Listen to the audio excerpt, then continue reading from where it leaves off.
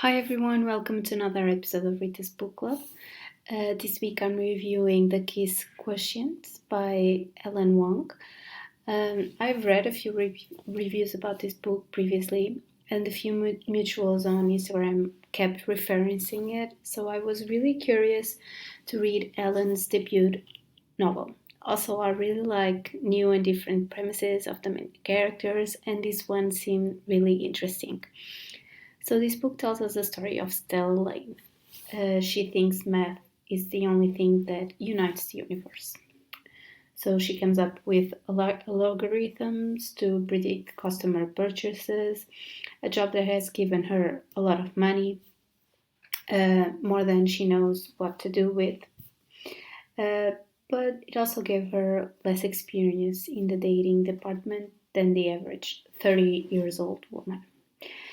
It also doesn't help her that she has Asperger's, and French kissing reminds her of a shark getting its teeth cleaned by pilot fish. Her conclusion is that she clearly needs lots of practice with a professional. So she decides to hire an escort, Michael Fan. Michael is a beautiful Vietnamese and Swedish man who can't afford to turn down Stella's offer and agrees to help her check off all the boxes on her lesson plan, from foreplay to more than simple sex.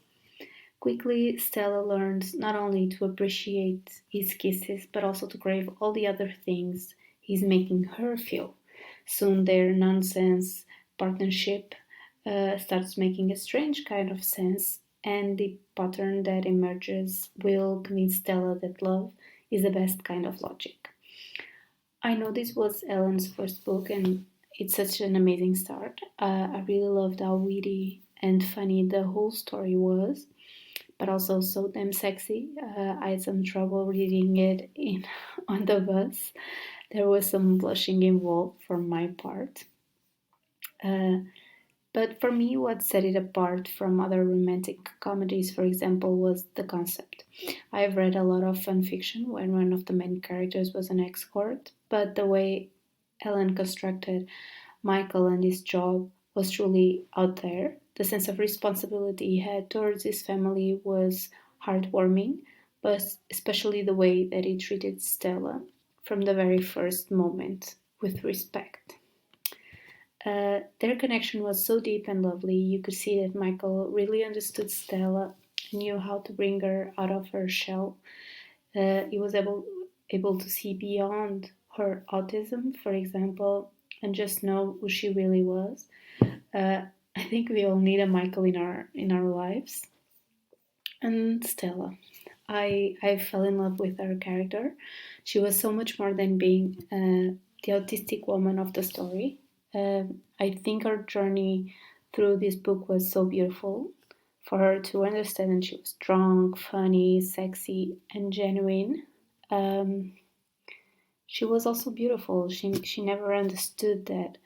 And intelligent, super intelligent. Um, I really loved how excited she was always about her work. But it also was cool to see her reach a healthy level of work and to understand that she had to balance her personal and professional life. There were a lot of heavy subjects through the story, but I have to give it to Ellen for bringing Stella to life as an autistic main character. It's truly special, and I feel like a lot of people will be able or were able to relate to her so much. I'm a firm believer that we always need new stories and characters that represent the world we live in, so this book was very special.